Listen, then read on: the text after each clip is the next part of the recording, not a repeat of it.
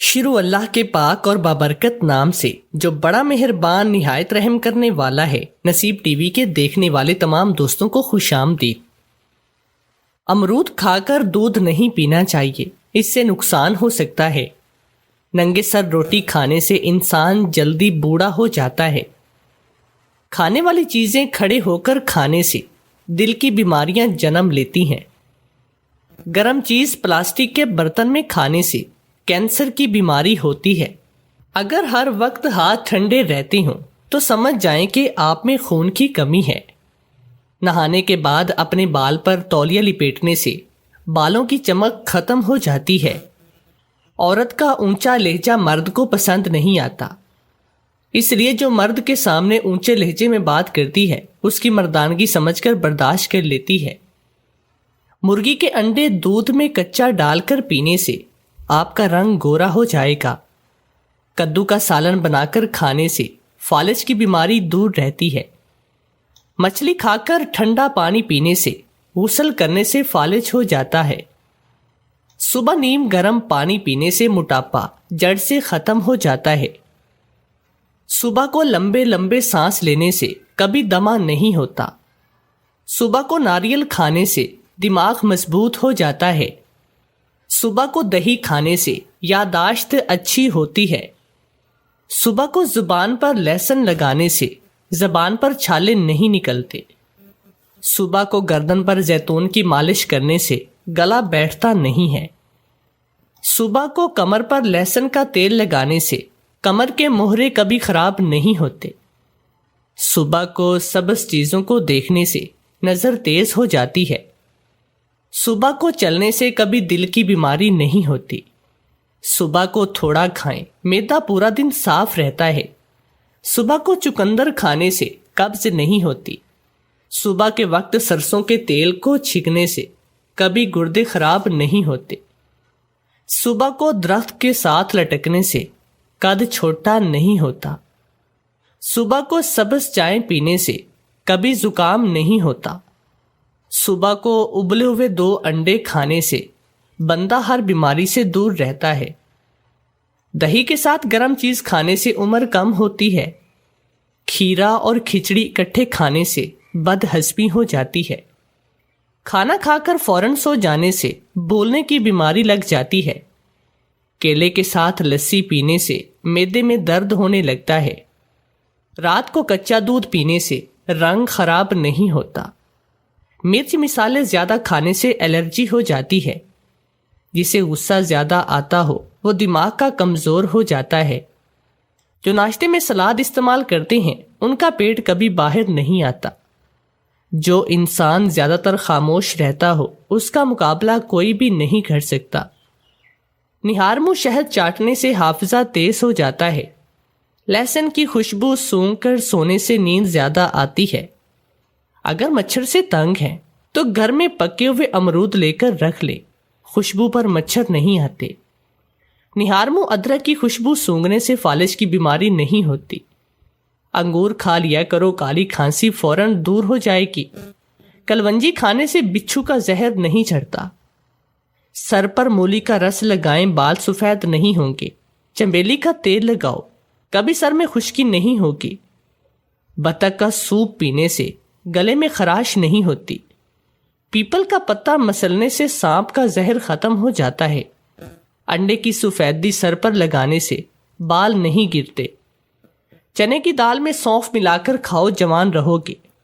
اگر آپ کو پسینہ زیادہ آتا ہے اور سینے میں بلغم ہو تو فوراً پالک کے ساتھ کلونجی کھا لو۔ سمندری نمک کھانے سے وزن میں کمی آتی ہے۔ سمندری جاگ کو سونگھنے سے زکام رک جاتا ہے۔ بدن پر چھالے نکل آئیں تو جامن کی گٹھلی کو جلا کر اس کا دھواں سونگھ لو، چھالے ختم ہو جائیں گے۔ روز 3 کھیرے کھانے سے زندگی میں کبھی لکوہ نہیں ہوگا۔ کالا زیرہ دودھ کے ساتھ کھانے سے زخم بھر جاتا ہے۔ ناریل کا تیل ڈالنے سے دیے میں دیا بجھتا نہیں۔ پھٹکڑی کو آنکھوں پر پھیرنے سے نظر کم نہیں ہوتی۔ الٹا مت سویا کریں ورنہ دل رکنے کا خدشہ ہو سکتا ہے۔ دائیں طرف منہ کر لیٹنے سے کبھی کمر ٹیڑھی نہیں ہوتی۔ دائیں ٹانگ کھڑی کر کے بیٹھ کر کھانا کھانے سے کبھی گردہ فیل نہیں ہوتا۔ کیکر کی لکڑی کو جلا کر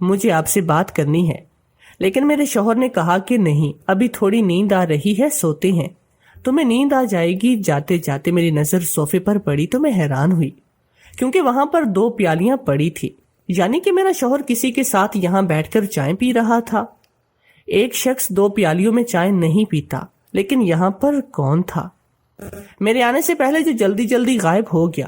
ڈاکٹر نے تو کہا تھا کہ یہ میرا وہم ہے، لیکن اس لڑکی نے کہا کہ میں تمہارے شوہر کی بیوی ہوں۔ اگر وہ میرے شوہر کی بیوی تھی تو پھر اس گھر میں کوئی نہ کوئی ثبوت تو ضرور ہونا چاہیے تھا۔ شوہر کی حرکتیں اور شوہر کو دیکھ کر تو ایسا نہیں لگتا کہ اس نے میرے ساتھ دوسری شادی کی ہے، کیونکہ وہ بھی مجھ سے گھبرایا ہوا اور شرمایا ہوا رہتا تھا۔ گھر میں بھی ایسی کوئی چیز نہ تھی، کوئی پرانی تصویر نہ تھی۔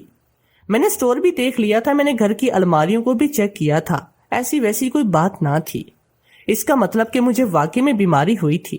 میں دوبارہ ڈاکٹر کے پاس گئی، اس نے مجھ سے 1 گھنٹے تک باتیں کی، مجھے سمجھایا۔ اس نے کہا کہ آپ کو اپنے ماں باپ کے دکھ سے لڑنا ہوگا، اس کو بھولنا ہوگا، جانے والے کے ساتھ کوئی نہیں جاتا۔ ڈاکٹر کے پاس جانے کے بعد میری طبیعت تھوڑی بہتر تھی، میرا موڈ بھی کچھ اچھا تھا۔ میں نے سوچا کہ میں سو جاؤں، لیکن سوچا کہ شوہر کو کہتی ہوں آج مجھے کہیں باہر لے جائیں تاکہ میرا موڈ اچھا ہو جائے، کیونکہ میں نے جب ساس کو بتایا کہ یہ مجھے باہر نہیں لے کر جا رہی، بیٹی کی طرح تھی، تو سوچا کہ وہ میرا ساتھ دیں گی۔ لیکن انہوں نے کہا کہ بیٹی تمہاری طبیعت خراب ہے، تمہیں باہر نہیں جانا چاہیے، تم آرام کرو۔ وہ پھر بھی اپنے بیٹے کا ہی ساتھ دے رہی تھی، جیسے وہ چاہتی ہی نہ تھی کہ ہم لوگ کہیں باہر جائیں۔ میرا موڈ خراب ہو گیا، رات جا کر گزر گئی۔ میرا شوہر تو میرے پاس ہی نہیں آ رہا تھا، جبکہ میرے ماں باپ کو اس دنیا سے گئے ہوئے 7 یا 8 مہینے ہونے والے تھے۔ ایسا لگتا تھا مجھ سے زیادہ اس کو دکھ ہے، کم سے کم وہ میرے ساتھ بیٹھے، کوئی بات تو کرے۔ شوہر کی طرح بات تو کر سکتا تھا نا، مجھے کہیں لے کر جا سکتا تھا۔ اگر اس نے میرے دکھ کا اتنا ہی احساس تھا تو میرا دکھ ختم کرنے کے لیے، میرا دھیان بٹانے کے لیے وہ کچھ کرتا کیوں نہیں تھا؟ میں تو جب بھی اس کے قریب جانے لگتی وہ بار بار مجھے یہ بات یاد دلاتا کہ تمہارے ماں باپ اس دنیا میں نہیں۔ مجھے اس کی حرکتیں سمجھ میں نہیں آ رہی تھی، یا میں پاگل ہو گئی تھی، اور یا پھر وہ بھی میرے ساتھ پاگل ہو گیا تھا۔ اس کے بعد بھی 2-3 دفعہ ایسے ہوا کہ وہ لڑکی گھر میں مجھے نظر آئی، اور اب تو مجھے یقین ہو گیا کہ میں واقعی میں پاگل ہوں۔ اس لیے میں نے یہ بات کسی کو نہیں بتائی اور خود کو نارمل کرنے کی کوشش کی۔ ایک دفعہ میں گھر کے صحن میں بیٹھی تھی اور ہمارا کتا بھی ہمارے ساتھ ہی بیٹھا تھا۔ جب وہ لڑکی گیٹ سے اندر داخل ہوئی، اس کو دیکھ کر کتا بھونکنے لگا۔ وہ دوبارہ سے غائب ہو گئی۔ یہ میں منظر دیکھ کر حیران تھی، لیکن مجھے کنفرم نہیں تھا کہ کتا اس کو دیکھ کر بھونکا تھا یا اس کو دیکھ کر نہیں، کیونکہ جس ٹائم کتا بھونکا تھا اس وقت گیٹ سے ایک بلی بھی گزر رہی تھی، اور کتے بلیوں کو دیکھ کر ویسے بھی بہت زیادہ بھونکتے ہیں۔ مجھے لگا کہ شاید اس نے بلی کو دیکھا ہے، اور اسی وقت مجھے وہم ہوا، لیکن ایک پل کو میں بھی یہ سوچنے پر مجبور تھی کہ شاید کتے نے بھی اس کو دیکھا ہے، کیونکہ کتا تو جھوٹ بول بھی نہیں سکتا۔ پتہ نہیں میری زندگی میں کیا ہو رہا تھا، یہ زندگی برباد ہو گئی تھی۔ میرے ماں باپ اس دنیا سے چلے گئے، میں اکیلی رہ گئی۔ میرا شوہر میرے قریب نہیں آتا تھا، اور مجھے یہ بیماری ہو گئی تھی۔ ایک دن میری ساس کی کوئی رشتہ دار آئی ہوئی تھی، جب اس نے ایک عجیب بات کی۔ اس نے کہا کہ ابھی تک تو آپ کی بہو کے ہاں بچہ ہونا چاہیے تھا، بچہ ہو جائے گا تو اس کا دل بھی لگ جائے گا، ابھی تک بچہ کیوں نہیں ہوا؟ تو میری ساس نے کہا کہ پتہ نہیں، شاید کوئی مسئلہ ہے۔ جب وہ رشتہ دار چلی گئی تو میں نے اپنی ساس کو سب کچھ بتایا۔ مجھ سے بیٹی کی طرح پیار کرتی تھی، تو میں نے بھی بیٹی کی طرح ان کو ماں سمجھ کر ساری بات بتا دی۔ لیکن میری ساس نے اس بات پر کوئی خاص رد عمل نہیں دیا۔ انہوں نے کوئی بات نہیں کی، انہوں نے یہ بھی نہیں کہا کہ اچھا میں اپنے بیٹے سے بات کروں گی، ایسا تو نہیں ہونا چاہیے، یا میں اس کو سمجھاؤں گی۔ بس اس نے یہ کہا کہ اللہ خیر کرے گا، اور اس کے بعد اس بات کو ختم کر دیا۔ میرے سسر نے بھی مجھے کہا کہ تم اپنا گھر بیچ دو، ہم اپنا یہ گھر بھی بیچ دیتے ہیں اور کسی بڑے ٹاؤن میں جا کر ایک بڑا سا گھر خرید لیتے ہیں جو کروڑوں میں تھا۔ میں نے کہا کہ بات تو ٹھیک ہے، اور میں مان گئی، کیونکہ انہوں نے مجھے منا لیا تھا۔ انہوں نے کہا کہ اس گھر میں رہ کر کیا کروں گی، جب بھی اس گھر میں جاؤں گی تمہیں اپنے ماں باپ کی یاد آئے گی۔ ویسے بھی اس گھر میں کوئی سامان نہیں تھا، سارا سامان کسی نہ کسی بہانے سے یہ لوگ پہلے بھی لے کر جا چکے تھے۔ یہ بھی کہا کہ ساری جائیداد تمہارے نام ہے، اس کے بارے میں بھی کچھ کرو۔ کیا کرنا ہے اتنے پیسوں کا، کیا کرو گی؟ میرے کاروبار میں لگا دو، مجھ سے ہر مہینے نفع لینا۔ میرے سسر نے کہا کہ ان دونوں کاموں کے کاغذات بنوا رہا ہوں تو تم ان پر دستخط کر دینا۔ میں نے کہا کہ ٹھیک ہے، مجھے کوئی مسئلہ نہیں۔ میں تو غنودگی میں تھی، اس لیے ان کی ہر بات پر ہاں ہاں کرتی رہی۔ ایک دن میری ساس مجھے اپنے ساتھ لے گئی، لیکن اس جگہ پر میرا دم گھٹ رہا تھا اور میں اپنی ساس کو بتائے بغیر گھر کی طرف چلی گئی۔ میں نے کسی کو بھی نہیں بتایا، مجھے محسوس ہوا تھا جیسے کچھ غلط ہونے والا ہے۔ میں گھر میں آئی تو گھر میں کوئی بھی نہیں تھا، شاید میرا شوہر کام پر تھا۔ سوچا کہ میں کچھ دیر سو جاؤں تو ٹھیک ہو جاؤں گی۔ دوائی میں اتنی نیند تھی کہ ہر وقت مجھے نیند آتی رہتی، لیکن جب میں اپنے کمرے میں آئی تو سامنے کا منظر دیکھ کر میرے قدموں تلے سے زمین نکل گئی۔ میرا شوہر تو اسی لڑکی کے ساتھ گلے لگا ہوا بیٹھا تھا، جو لڑکی صرف میرا وہم تھی۔ اگر وہ میرا وہم تھی تو میرے شوہر کی باہوں میں کیا کر رہی تھی؟ میرا شوہر بھی گھبرا گیا، اور وہ لڑکی بھی۔ ان دونوں کو میں نے جس سال میں دیکھا تھا میں وہاں سے چلی گئی۔ میری آنکھوں میں آنسو آ گئے اور میرا دماغ اچانک سے کھل گیا، کیونکہ اب ساری گیم میری سمجھ میں آئی تھی۔ وہ لڑکی میرا وہم نہیں تھی، وہ میرے شوہر کی بیوی تھی۔ شام ہوئی تو میں نے اپنے چاچو کو بلایا، جو کہ میرے ابو کے کزن تھے۔ میرے اصل چاچو نہ تھے، لیکن ان کو میں نے نہ بلایا کیونکہ میں اکیلی ان سے بات نہیں کرنا چاہتی تھی۔ ویسے بھی وہ پولیس میں تھے۔ میں نے یہ بات کی تو میرے سسرال والے بھی یہی کہہ رہے تھے کہ اس کو وہم کی بیماری ہے، اس نے اسی لڑکی کو شوہر کے ساتھ دیکھ لیا، وہ تو اکیلا سو رہا تھا۔ میں نے کہا کہ ابھی اسی گھر کی تلاشی لی جائے، رات کا وقت ہے، وہ رات میں بھی کہیں نہیں جا سکتی، اسی گھر میں ہوگی۔ گھر والوں کی شکل عجیب سی بن گئی کہ جب کوئی ہے ہی نہیں تو تلاشی لینے کا کیا مقصد ہے؟ میرے چاچو پولیس میں تھے، اس لیے ان کو یہ حق حاصل تھا۔ انہوں نے گھر کی تلاشی لی تو وہ لڑکی سٹور سے برآمد ہوئی، جہاں پر اس کے رہنے کا انتظام بھی کیا گیا۔ باقی کی کہانی لڑکی نے خود سنائی۔ اس نے کہا کہ یہ میرا شوہر ہے، میں اس کی بیوی ہوں، اور انہوں نے کہا کہ ایک امیر لڑکی سے شادی کریں گے، اس کی ساری دولت لیں گے، اس کے ماں باپ بھی اس دنیا میں نہیں، وہ بڑی بے وقوف ہے اور ساری جائیداد تمہارے نام کر دے گی۔ لیکن میں اسی گھر میں رہتی تھی، اس لیے آمنا سامنا ہو ہی جاتا۔ جب میرا آمنا سامنا ہو گیا تو ان لوگوں نے کہا کہ ماریا کو بیماری ہو گئی ہے اور اس لڑکی کو بے وقوف بنانا شروع کر دیا۔ میرا نام سنم ہے اور یہ میرا شوہر ہے۔ میں نے چاچو کو بھی یہ بتایا کہ میرا شوہر ابھی تک میرے قریب نہیں آیا۔ انہوں نے کہا کہ پھر تو یہ سارے ہی جھوٹے ہیں اور تم سے تمہاری جائیداد لینے کے لیے یہ سب کچھ کیا تھا، تاکہ تمہیں پاگل ثابت کر کے تمہاری جائیداد اپنے نام کر لیں، اور وہ اس مقصد میں تقریباً کامیاب ہو چکے تھے۔ میرے گھر کا سامان، میری ساری مہنگی چیزیں میری ساس نے مجھ سے بڑی محبت سے لی تھی، اور اب میرے سسر کاغذات بنوا کر بیٹھے تھے جن میں ان کے نام گھر بھی کرنے والی تھی اور اپنی ساری جائیداد اور بینک بیلنس بھی۔ شکر ہے کہ میری آنکھیں کھل گئی۔ میں نے ان لوگوں کو باتیں سنائی۔ ایک تو میں دکھوں کی ماری ہوئی تھی، اوپر سے تم لوگوں نے میرے ساتھ ایسے کیا۔ اگر مجھے انسان سمجھ لیتے، میرے ساتھ ایسا نہ کرتے تو میں سب کچھ خود ہی دے دیتی۔ اگر تم لوگوں کو جائیداد ہی چاہیے تھی تو لے لیتے، ساری دولت لے لیتے، کم سے کم بدلے میں مجھے دھوکہ تو نہ دیتے۔ ان لوگوں نے بھی سر جھکا لیے۔ میں نے ان پر کیس کروا دیا تھا، پھر واپس اپنے گھر آ گئے۔ بعد میں یہ راز بھی کھلا کہ میرے ماں باپ نے میری شادی پکی کی ہی نہ تھی۔ انہوں نے کہا تھا کہ سوچ کر بتائیں گے، کیونکہ وہ لوگ ہماری حیثیت کے نہ تھے۔ لیکن جب ماں باپ اس دنیا میں نہ رہے تو انہوں نے جھوٹ بولا کہ تمہارا باپ تو رشتہ پکا کر کے گیا تھا۔ میرے گھر کی ساری چیزیں تو چلی گئی، گھر اور جائیداد بھی میرے ہاتھ میں تھی۔ اپنے منشا اپنے شوہر سے طلاق لے لی اور اپنے گھر اب عزت سے رہتی ہوں۔ دنیا والے کتنے ظالم ہوتے ہیں، صرف آپ لوگوں کو آگ نہیں لگاتے بلکہ آپ کی راکھ بھی اڑا دیتے ہیں۔ مجھے تو پہلے ہی آگ لگی ہوئی تھی، میرے ماں باپ جو نہیں تھے، اتنا بڑا دکھ تھا، اور ان لوگوں نے میری راکھ بھی اڑانے کی کوشش کی۔ اللہ ہی ان سے پوچھے گا۔ میں اپنے گھر میں عزت سے رہ رہی ہوں اور فی الحال میرا کسی سے شادی کرنے کا کوئی بھی ارادہ نہیں۔ میں تو یہ سوچ کر حیران ہوں کہ لوگوں کے دماغ میں شیطانی پلان آتے کہاں سے ہیں۔ اور اس کے بعد ماں باپ مر گئے، وہ کمزور ہے، وہ دکھ میں ہے، تو چلو اس پر حملہ کرتے ہیں۔ اور کس طرح سے مجھے بے وقوف بنایا۔ میں بھی ان لوگوں کے ہاتھوں آرام سے بے وقوف بن گئی، سمجھا کہ پاگل ہو گئی ہوں، مجھے ہی کوئی بیماری ہو گئی تھی، اتنا بڑا دھوکہ دیا مجھے۔ اللہ ہی ان سب سے پوچھے گا۔ آپ سب لوگ میرے لیے دعا کیجیے کہ میرے لیے اور کوئی مسئلہ نہ بنے اور میری باقی کی زندگی آسانی سے گزر جائے۔ ملیں گے ایک نیکسٹ ویڈیو میں، تب تک کے لیے اللہ نگہبان۔